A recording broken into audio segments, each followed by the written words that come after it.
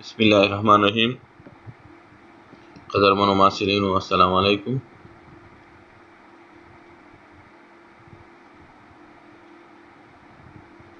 Lecture number 3 तराजू Kranich obstructive pulmonary disease मुश्तरक कړی و او د کرانیک برانکایټس دویمه برخه به په دریم نمبر لیکچر کې وایو.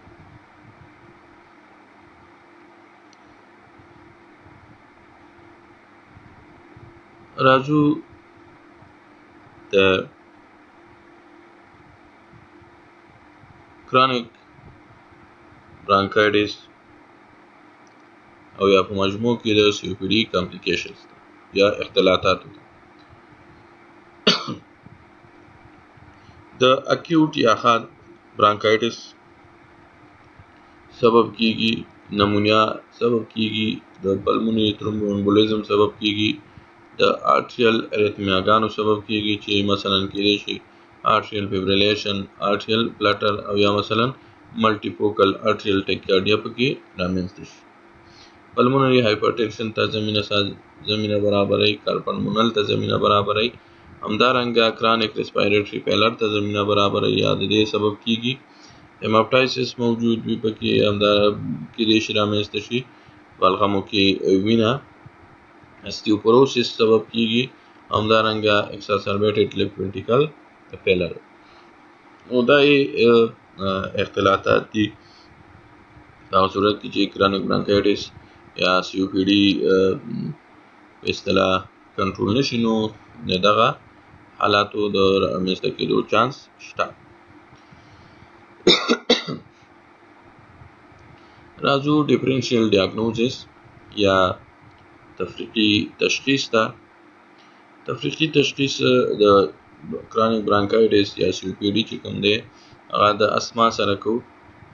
اسما چې کومه ده یا نفس تنګي چې کومه ده، دا یو د هوایي لارو بندش دی خو ریورسیبل دی، یعنی رجعي دی. او سی او پی ډي کې موږ تاسو ویل چې دا یو غیر رجعي حالت دی، دا یو الرجیک حالات هم دی. اسما یو الرجیکا ناروغي ده. بل چې کوم دی برانشیکټاسس سره تفریقي تشخیص کوو. په برانشیکټاسس کې به فرق دا دی چې ریکرنټ نمونیا پکې رامنځته کیږي، هیماپټایسس وي او کلبینګ وي. الفا 1 انټیټریپسین ډیفیشنسي سره تفریقي تشخیص کوو چې په دې کې بیا په دې حالات کې به فیملی هیستوري ډیره مهمه ده. پانکریاټیک ډیزیز او لیور سیروسس به هم موجود. د دې نه علاوه هارت فیلر سره چې په هارت فیلر کې به سپټم او همدارنګه ټوخی نه وي او ایزرشنل ریسپنیا به موجود وي. د دې نه علاوه سیسټیک فیبروسس سره او آیروي میکانیکل ابسټرکشن سره او پلمونری ټي بي سره به تفریقي تشخیص کوو. په پلمونری ټي بي کې چې کوم دی هغه سپټم ایگزامینیشن باندې تفریقي تشخیص کیږي، ایکس رے باندې کیږي او کانټاکټ هیستوري باندې تفریقي تشخیص کیږي. ان شاء الله ګران مکسبانو د دې مې خبرونه کړې چې سیسټیک فیبروسس او آیروي میکانیکل ابسټرکشن ان شاء الله په دې باندې به موږ تاسو تفصیلی خبرې کوو. دا تنفسي ناروغیو کې شامل خبرې دي، دا زموږ تاسو په کریکولم کې شامل دي. ان شاء الله په دې به تفصیلی خبرې کوو. راځو ټریټمنټ. په ټریټمنټ یا تداوی کې اوله خبره پریونشن ده یا مخنیوی ده. په مخنیوي کې چې کوم دی هغه د سیګریټو سکل او د نورو ټوکسیکو موادو د انشاق څخه مخنیوی دی، پریونشن دی. باید یو شخص سیګریټ ونسکي، نور ټوکسیک مواد چې کوم دي دا د دې د انهیلیشن یا د دې د انشاق څخه ځان وساتي.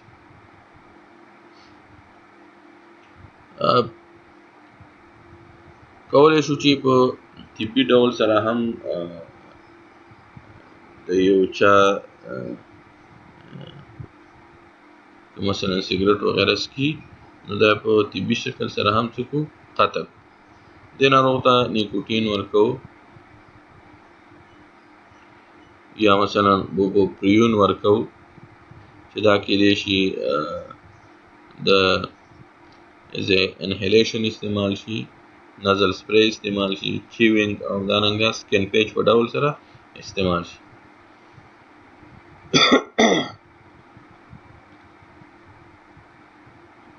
او یا هم کېدای شي چې وارنیکلین د ناروغانو ته توصیه شي.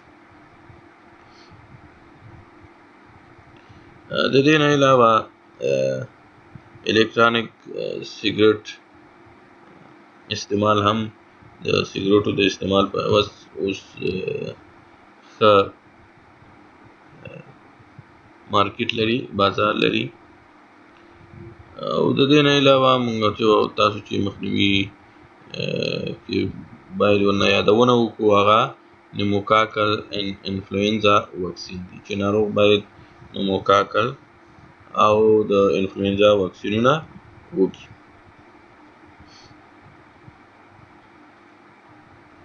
میډیکل ټریټمنټ ته راځو یا طبي تداوي ته راځو د ناروغ. میډیکل تداوي چې کوم دی هغه په دوه برخو باندې ویشو. یو د سټیبل سی او پی ډي پیشنټ ټریټمنټ دی یا امبولیټري پیشنټ یا د روغتون څخه د باندې درملنه ده، او بل انسټیبل یا روغتون کې درملنه ده. او د روغتون څخه د باندې یا او پی ډي درملنه کې دا ناروغ باید څه شی وکړي؟ سموکینګ باید کم کړي، اکسیجن تراپي ورته باید وکړو. اکسیجن تراپي د استراحت په حالات کې د هایپوکسیمیا ولري، یعنی د اکسیجن قسمی فشار د 56 ملي متر د سټوریسیماب څخه کم وي، نو اکسیجن د ناروغ ته موږ تاسو ورکوو.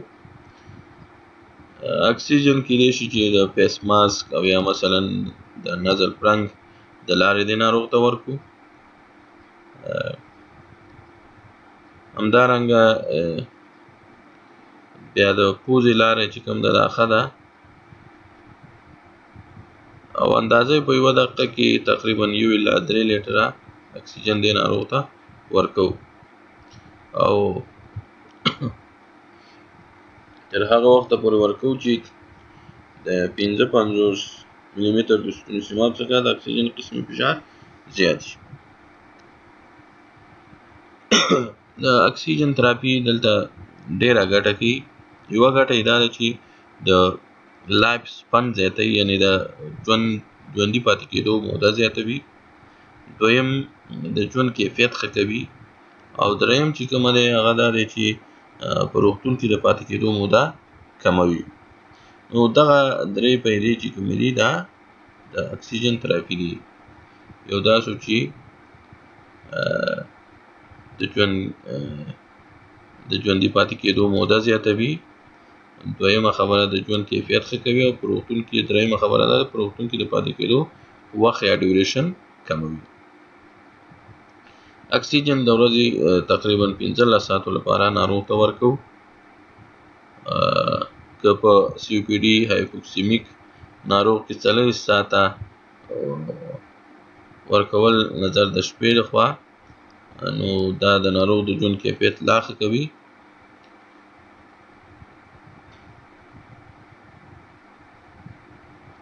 نو اکسیجن درملنه یا تراپي چې کوم ده دا ګټه لري، باید وشي. همدارنګه انهیل برانکو ډایلیټور ناروغ ته ورکوو.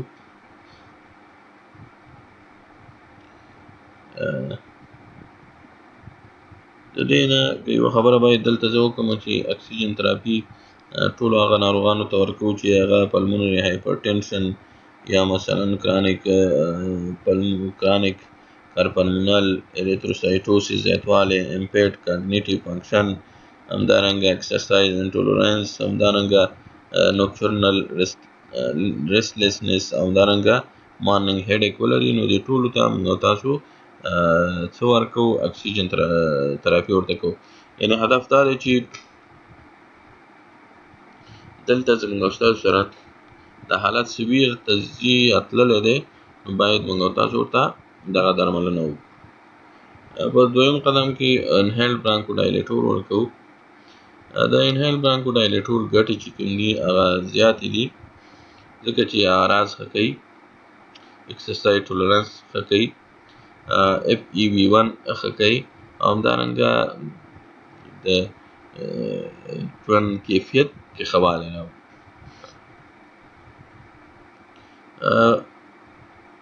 برانکوډایلیټورونه چې کوم دي په دې کې بیا راځو شارټ اکټینګ برانکوډایلیټور او لانګ اکټینګ برانکوډایلیټورونه دي. اول په شارټ اکټینګ باندې خبرې کوو. شارټ اکټینګ مسکارینیک ایجنټ یا انټیکولینرجیک چې کوم دي اپراتروپیم برومایډ ناروغ ته ورکوو، یا شارټ اکټینګ بیټا 2 اګونیسټ البوټیرول یا مثلا میټا پروټرینول ناروغ ته ورکوو. په دې دواړو کې بیا دغه اولنی چې کوم دي انټیکولینرجیک یا اپراتروپیم برومایډ چې کوم دي دا ښه دي نسبت شارټ اکټینګ بیټا 2 اګونیسټ ته.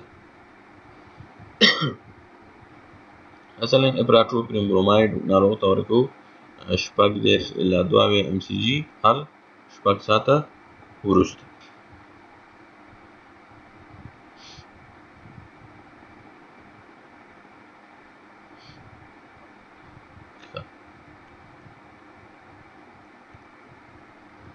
لانګ اکټینګ برانکوډایلیټورز چې کوم دي لانګ اکټینګ بیټا 2 اګونیسټ سالمنټرول، فارموټرول او انډاکیټرول چې کوم دي،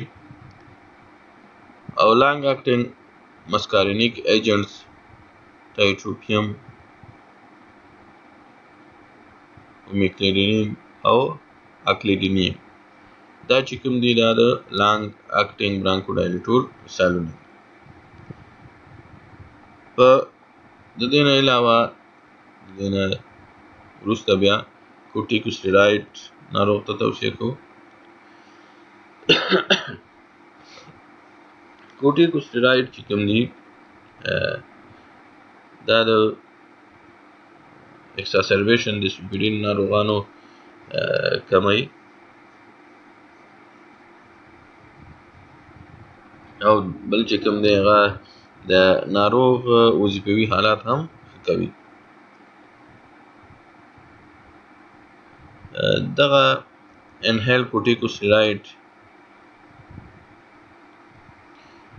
یوازې په سټیبل COPD ناروغانو کې فرست لاین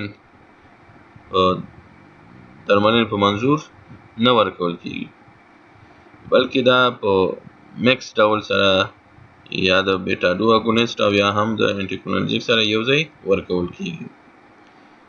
خصوصا اورل کورټیکوسټیراید د اوږدې مودې پورې د COPD په ناروغانو کې نه استعمالیږي. راځو تیوپایلین ته. تیوپایلین چې کوم دی که چېرته پورته دواګانو چې کوم دی نتیجه ورنه کړه نو اورل تیوپایلین ناروغ ته ورکوو. دغه تیوپایلین چې کوم دی دا بیا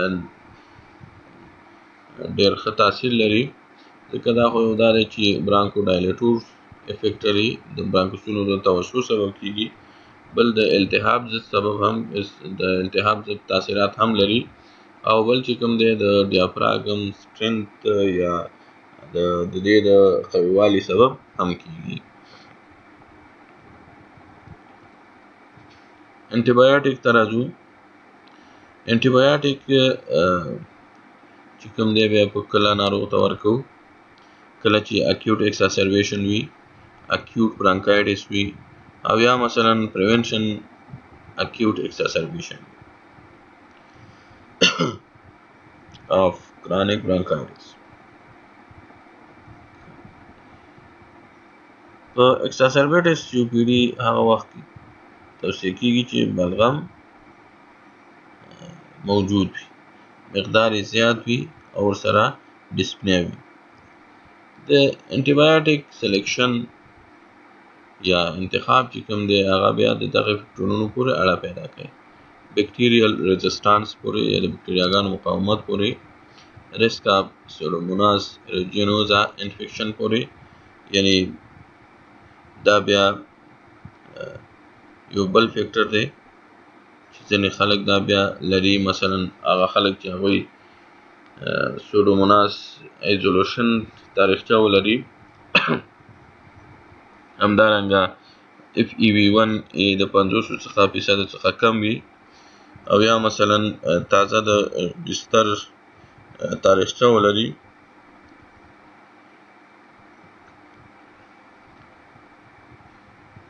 بل ناروغ چې کوم دی یو کال مخکې د 3 ځلو څخه زیات انټي بایوټیک استعمال کړی وي، سیسټیمک کورټیکوسټیراید تاریخچه ولري. ځینې انټي بایوټیکونه چې کوم دي چې د خولې له لارې استعمالیږي، مثلا هغې نه یادونه کومه مثلا ډوکسیسایکلین 100 ملي ګرامه هر 12 ساعته وروسته، یا مثلا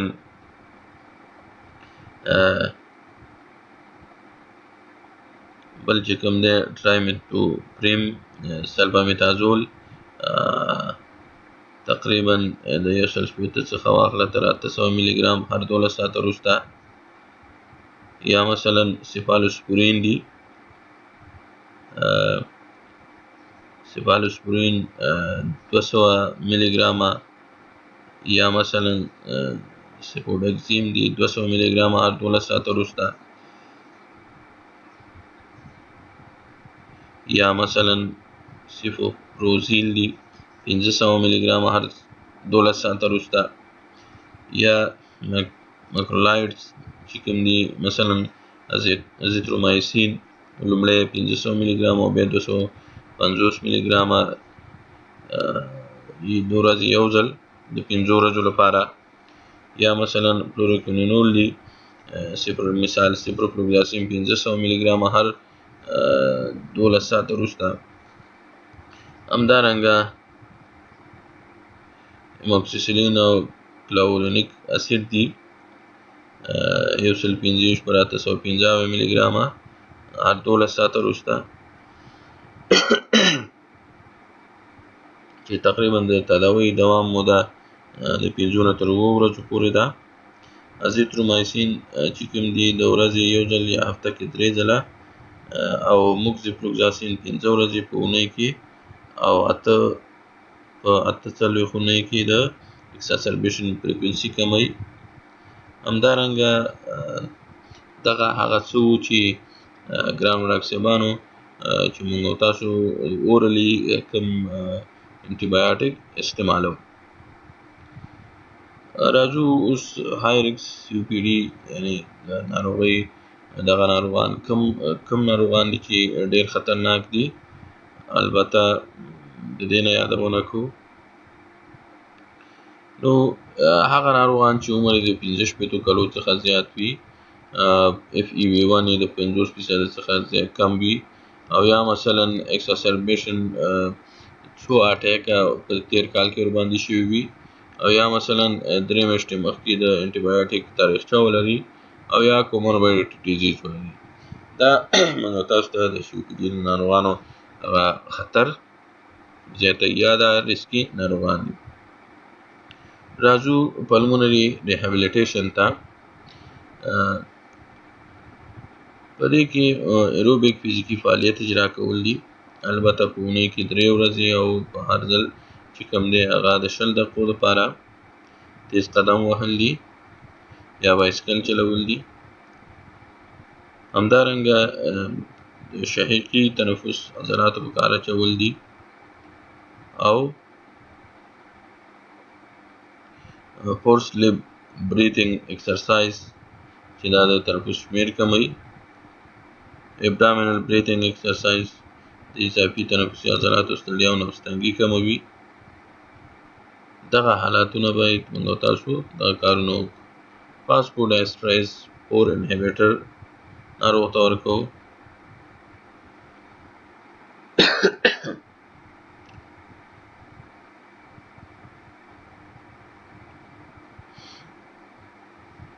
په دې کې روپورومیلاست د مزمن برانکایټس ناروغانو او هغو چې FEV1 یې د 50% څخه کم دی، او هغه ناروغان چې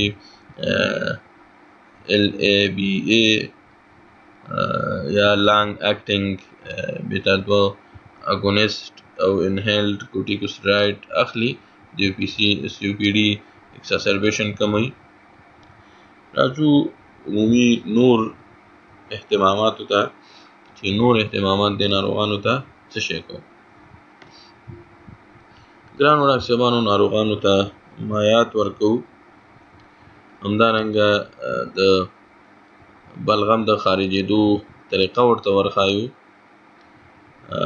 د دې نه علاوه چست پرکرشن کوو، سینې قره کوو، پاسچورل ډریناج کوو، ایکسپیکټورانټ میکولایټیک تراپي کوو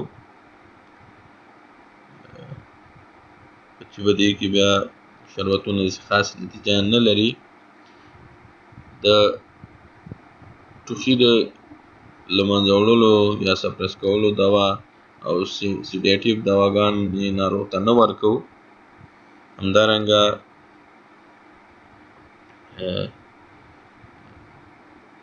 الفا 1 انټیټیپسین که چېرته امفیزیما وي، یعنې د دې د قبله په اصطلاح COPD یا امفیزیما رامنځته شوي وي، نو ناروغ ته الفا 1 انټیټیپسین ورکوو. البته په ځوان عمر کې او دا ناروغ عمر هم کم وي، یعنې ځوان وي. 80 ملي ګرامه نظر په کیلوګرام وزن د بدن اونۍ کې یو ځل د رګ له لارې ورکول کېږي. همدارنګه که چېرته ډسپنیا زیاته وي، نو موږ تاسو کولی شو چې ناروغ ته مورفین، اوپویډ او سیډیټیو هپناټک ډرګز ورکو، او همدارنګه ټرانس نزل پازیټیو پریشر وینټیلیشن کور کې تطبیق.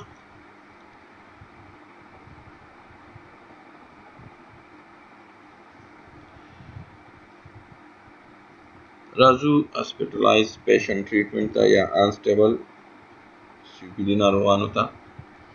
دې ناروغانو کې موږ تاسو اول کې کوو هغه اکسیجن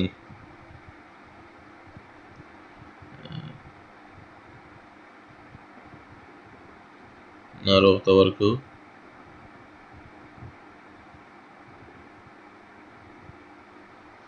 اکسیجن باید د ناروغ پوره شي چې د مشبوع اندازه یې 90 نه تر 94% پورې ده، او د اکسیجن قسمي فشار تقریبا د 80 نه تر 80 ملي متر د سکون سیما پورې وي.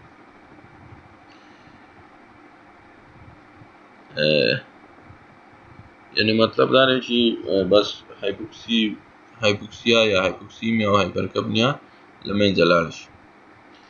بل چې کوم دی راځو هغه انهیلډ پراټروپیم بروماید ته. 500 mcg د نیبولایزر او یا 30 mcg د میټر ډوز انهیلر د سپیسر د لارې په واسطه هر 4 ساعته بعد ناروغ ته ورکوو. او بیتا 2 اګونست چې کوم دي مثال البوټیرول 2.5 ملي ګرامه د 3 ملي لیتره سیروم سلین سره یو ځای د نیبولایزر د لارې او یا د MDI یعنی میټر ډوز انهیلر په واسطه چې 90 mcg پی پک کیږي. دا یو ځل چې کوم سپری باندې زور کیږي او خولې ته داخلیږي. د 4 الی 8 پفه هر 1 الی 4 ساعته بعد د سپیسر د آلې په واسطه ورکول کیږي. همدارنګه کورټیکوستیرایډ چې کوم دي دا هم مثلا پرینزولون ناروغ ته ورکوو 10 الی 40 ملي ګرامه د ورځې د خولې له لارې 2 تر 10 ورځو لپاره توصیه کیږي. او په بس که چېرته 15 ورځې هم وي نو کفایت کوي. عمومي دوز یې 2 تر 10 ورځو. همدارنګه چیست فیزیوتراپي کوو. چیست فیزیوتراپي کې بیا دا په خصوصا په ځوانانو کې ډېر ګټور تمامېږي. براډ سپیکټرم انټي بایوټیک ناروغ ته ورکوو چې په دې کې موږ او تاسو مثلا که چېرته هغه ناروغان چې هغوی د سوډوموناس خطري فیکټر ونه لري نو لیوفلوکزاسین 250 ملي ګرامه پر ډے اورلی یا آی وي ورکوو. موکسیفلوکزاسین 400 ملي ګرامه پر ډے اورلی یا آی وي ورکوو.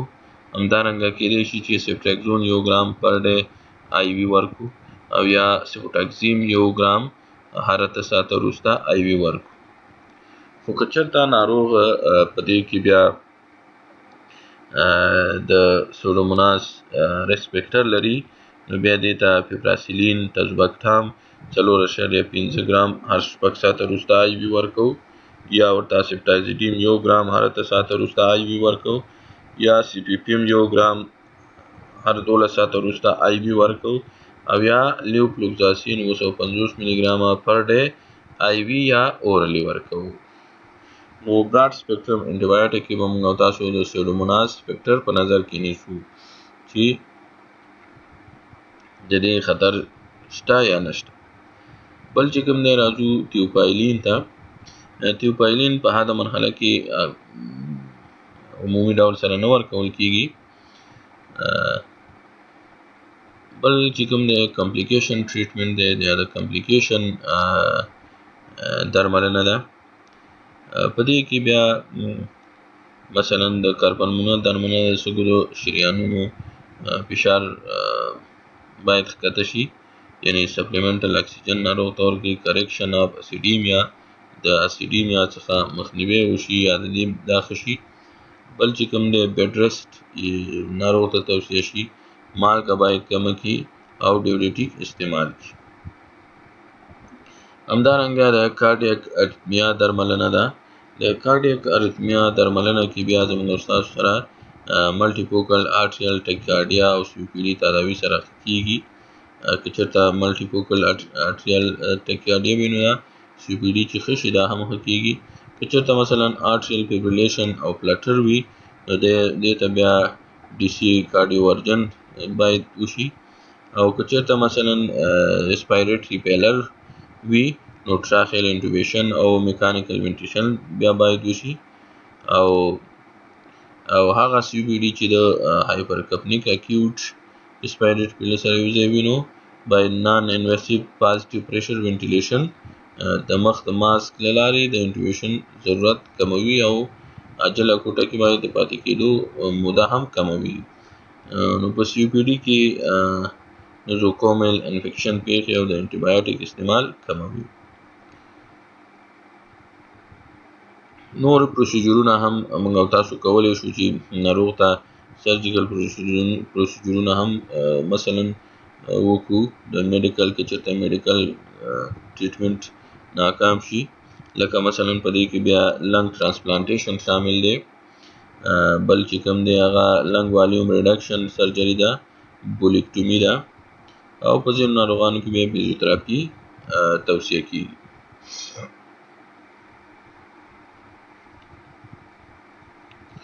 د عمومي ډول سره د ناروغ انظار چې کوم دي دا کلینیکلی چې کوم سیګنیفیکنټ سی پی ډي چې کوم دا پور دي او انظار د دې ناروغانو ښه نه وي. انډیکیشن د هاسپټلایزیشن لپاره یا د بستر کولو لپاره څه شی دي؟ د بستر کېدو لپاره انډیکیشن چې کوم دي هغه سیویر سیمپټمز دي، اعراض دي. او پی ډي درملنې ناکامېدل دي، هایپوکسیا ده، هایپرکپنیا ده او پیریفرل ایډیما ده یعنی د اکسیجن کموالی، د کاربن ډای اکساید زیاتوالی او محیطي ایډیما ده. همدارنګه په ذهني توازن خرابوالی دی. همدارنګه انډیکویټ هوم کیر نشي کولی چې خپل روزمره فعالیت سرته ورسوي. همدارنګه خوب نشي کولی. همدارنګه خپل هغه نیوټریشن مینټین نشي ساتلی. همدارنګه ډیهایډریشن رامنځته شوی وي د اعراضو له وجې او کوموربیډیټي ډیزیز دا ټول هغه څه دي چې دا زموږ ستاسو سره په څه کې مدد کوي، البته په دا استطبابات دي چې دغه ناروغان که چېرته د COPD دغه اعراض لري، دغه نښې لري، نو دا باید موږ او تاسو بستر کړو. ګرانو محصلینو، انشاءالله دا و د دریم لیکچر چې پکې مو اوږده درملنه او کامپلیکیشنونو په دې باندې ډیفرنشیل ډیاګنوز باندې خبرې وکړې. انشاءالله آینده لیکچر به زموږ ستاسو امفیزیما وي، انشاءالله په هغې باندې به بیا خبرې کوو. په مخه مو ښه وشه، الله مو خوشحاله لره.